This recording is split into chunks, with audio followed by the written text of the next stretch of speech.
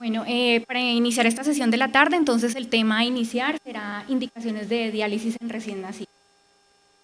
El contenido que trataremos de abordar durante estos minutos son indicaciones renales y no renales, dentro de las que encontramos operatorio de cirugía cardiovascular con circulación extracorpórea, errores congénitos del metabolismo, propiamente hiperamonemia, sepsis y algunas ventajas y desventajas de las. Para entrar entonces en el tema, mencionaré indicaciones renales, que todos después conocemos muy bien. Primero de estos, con un mayor de 100, encefalopatía urémica, una pericarditis urémica, alteraciones electrolíticas donde vamos a encontrar una hipercalemia, un potasio mayor de 7, hipo o hipertaria, una acidosis refractaria y toxicidad por medicamentos. No dejando de lado lo importante que es también el tratamiento transitorio en los recién nacidos con CACUT.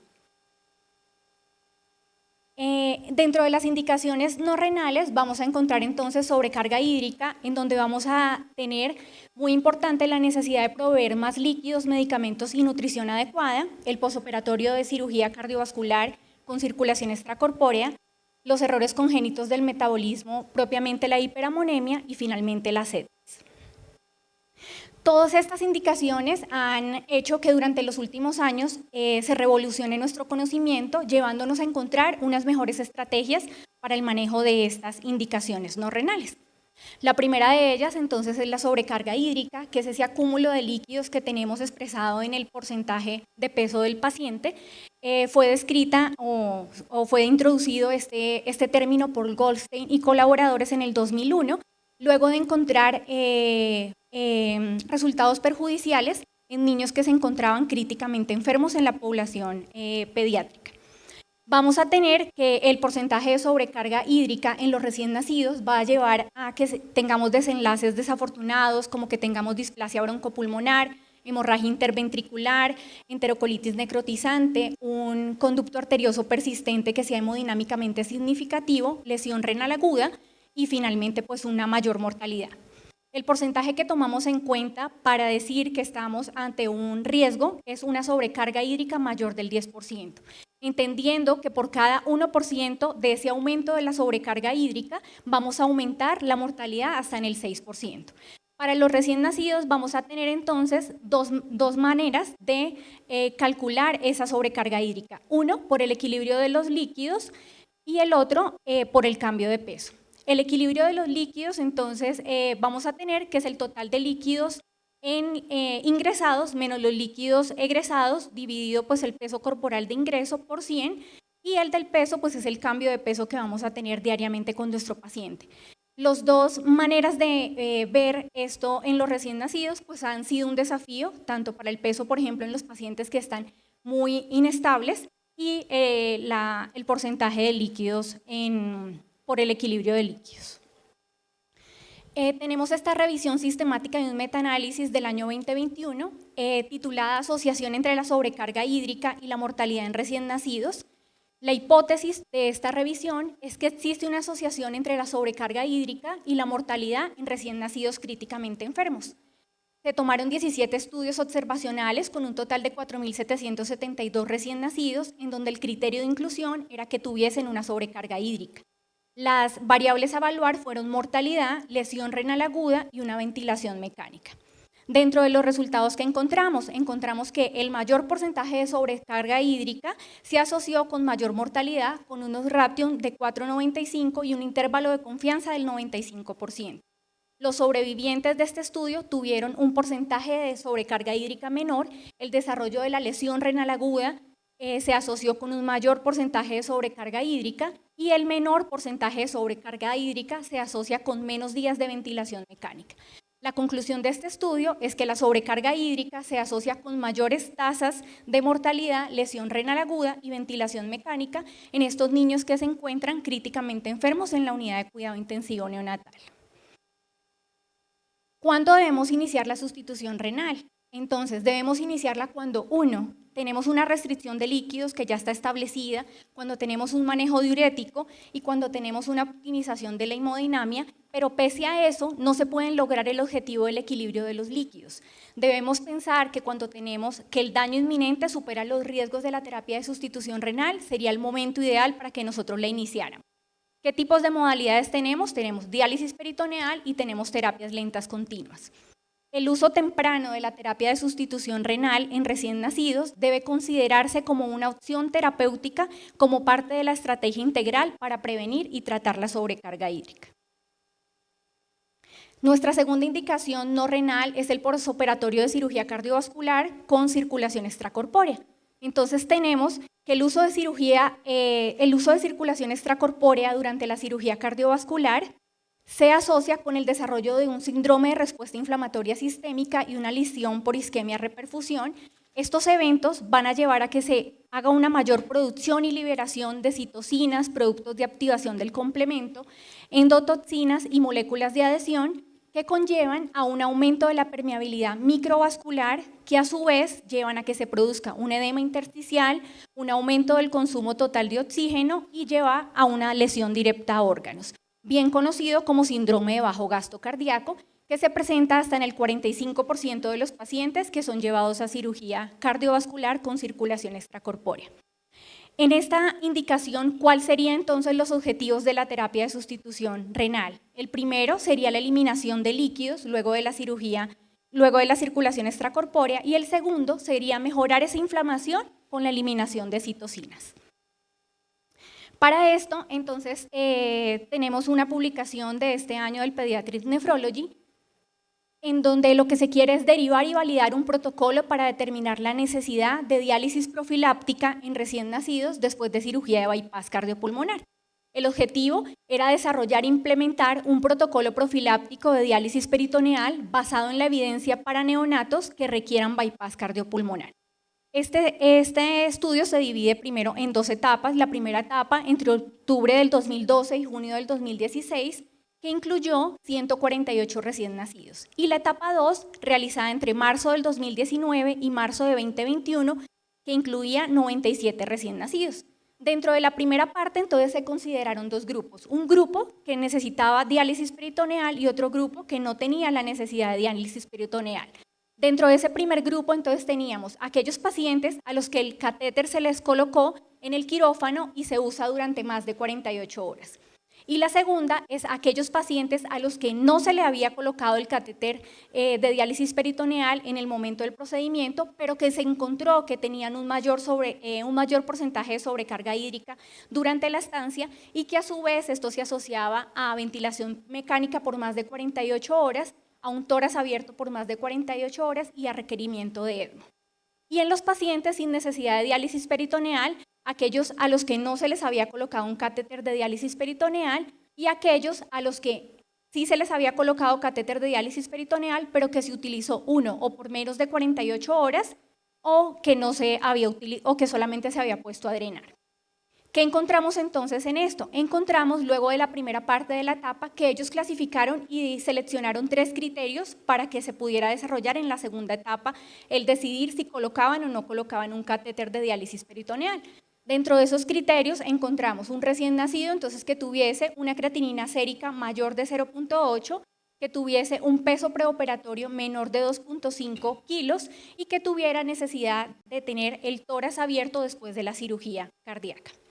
¿Cuáles fueron los resultados que se encontraron? Se encontró que disminuyó el número de recién nacidos que necesitaban diálisis peritoneal, pero no contaban con catéter colocado en el quirófano del 13.4 al 0%. Y lo segundo fue que disminuyó el porcentaje de recién nacidos a los que se les colocó un catéter de diálisis peritoneal, pero que no necesitaron finalmente diálisis peritoneal. Esto del 50.6 al 26.1. ¿Qué concluye esta derivación? Que el desarrollo y la implementación de un protocolo de diálisis peritoneal profiláctica basado en la evidencia mejoró su capacidad para determinar qué recién nacidos tienen más probabilidades de requerir o de beneficiarse de iniciar la diálisis peritoneal después de la cirugía cardiovascular. Entonces, ¿cuándo debemos iniciar terapia de sustitución renal en esta indicación? Entonces, lo ideal es que la iniciáramos tempranamente. ¿Qué nos hablan de temprano? Que más o menos debería ser 4 a 6 horas en el posoperatorio inmediato y que esto nos va a llevar a que se produzca una tasa de mortalidad significativamente más baja.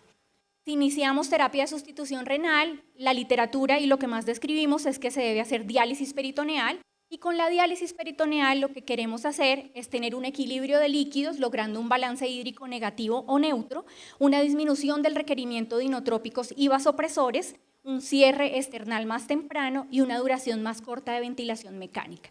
A largo plazo, estos niños han tenido un buen pronóstico renal. La tercera indicación no renal es la hiperamonemia. Entonces, hiperamonemia, aumento de los niveles séricos de amonio, que pueden llevar a que se produzca un deterioro neurológico, encefalopatía y edema cerebral.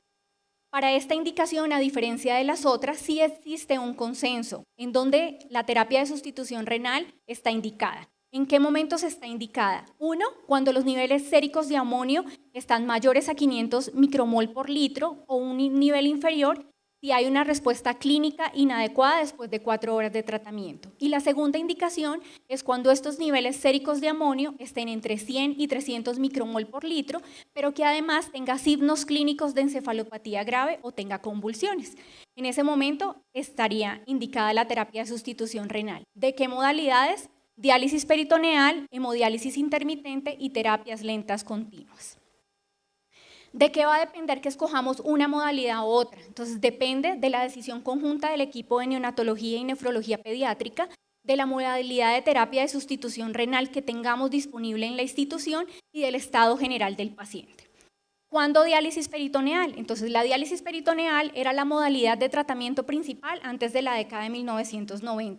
Tiene una eficacia limitada, tiene una menor eficiencia para reducir los niveles de amonio, pero está recomendada cuando no tenemos otro tipo de terapia de sustitución renal que podamos iniciar.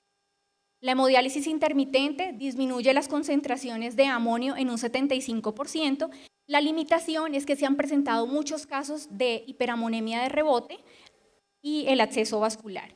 Complicaciones, hipotensión, inestabilidad hemodinámica pues por el tiempo en el que se realiza la terapia y la recomendación es que se debe utilizar en pacientes que requieran un aclaramiento rápido de amonio. Finalmente, las terapias lentas continuas, modalidades como la hemodiálisis venovenosa continua y la hemodiafiltración venovenosa continua, que tienen es un método seguro y eficaz. La principal limitación pues va a ser el acceso vascular. Y principalmente la recomendación es que si tenemos la posibilidad de hacer hemodiálisis venovenosa continua, es el tratamiento que debemos tener de primera línea. Esta es una revisión retrospectiva multicéntrica de los resultados de la terapia de sustitución renal para recién nacido con errores congénitos del metabolismo. El objetivo es evaluar los resultados de los recién nacidos en una cohorte multicéntrica que reciben terapia de sustitución renal para la hiperamonemia. Entonces tenemos un análisis retrospectivo de 51 recién nacidos con errores congénitos del metabolismo en 8 hospitales infantiles de Estados Unidos entre el 2000 y el 2015. De esos 51 pacientes, 29 pacientes recibieron hemodiálisis, 21 pacientes recibieron terapias lentas continuas y un paciente recibió diálisis peritoneal. De esos pacientes a los que se le inició una primera sesión de hemodiálisis, 14 de ellos requirieron llevarse a una terapia lenta continua. Y los 21 pacientes que recibieron terapias lentas continuas, 5 fueron con hemodiafiltración venovenosa continua y 16 con hemodiálisis venovenosa continua. La mayoría de los pacientes fueron hombres, el peso más o menos estaba entre 2.500 y 3.200, los niveles de amonio alcanzaron niveles hasta de 3.000.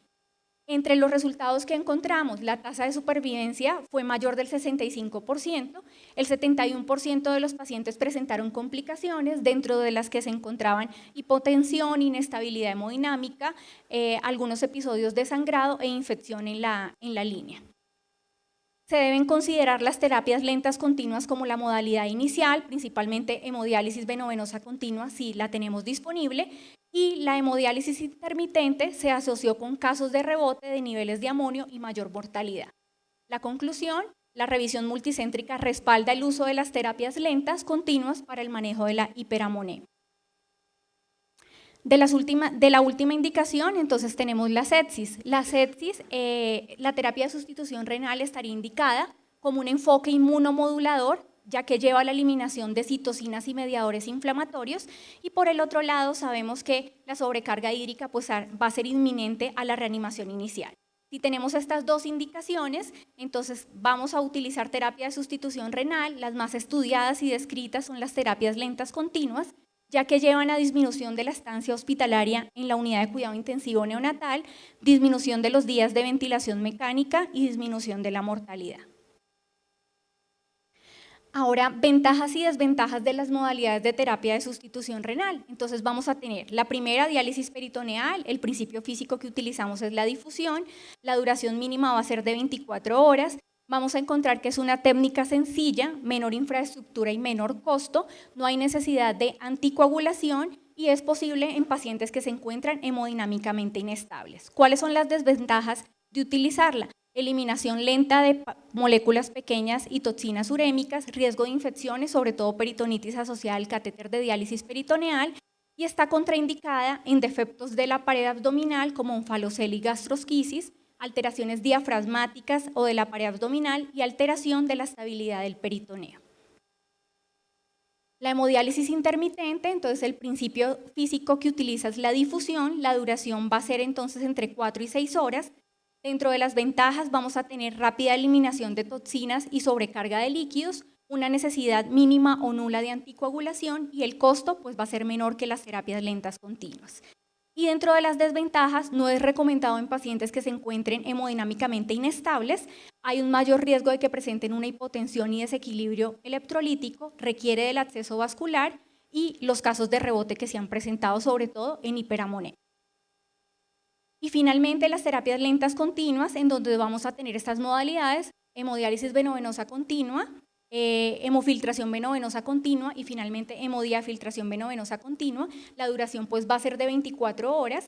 Dentro de las ventajas vamos a tener eliminación continua de toxinas y líquidos, uso en pacientes que estén hemodinámicamente inestables y se puede utilizar en conjunto con circuito ESMO. Desventajas, es una técnica pues mucho más compleja, requiere del acceso vascular y requiere anticoagulación sistémica o regional y va a tener un mayor costo.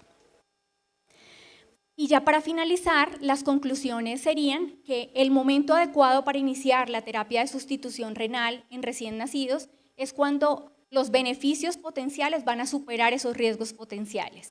La segunda, inicio temprano de terapia de sustitución renal en recién nacidos versus inicio tardío.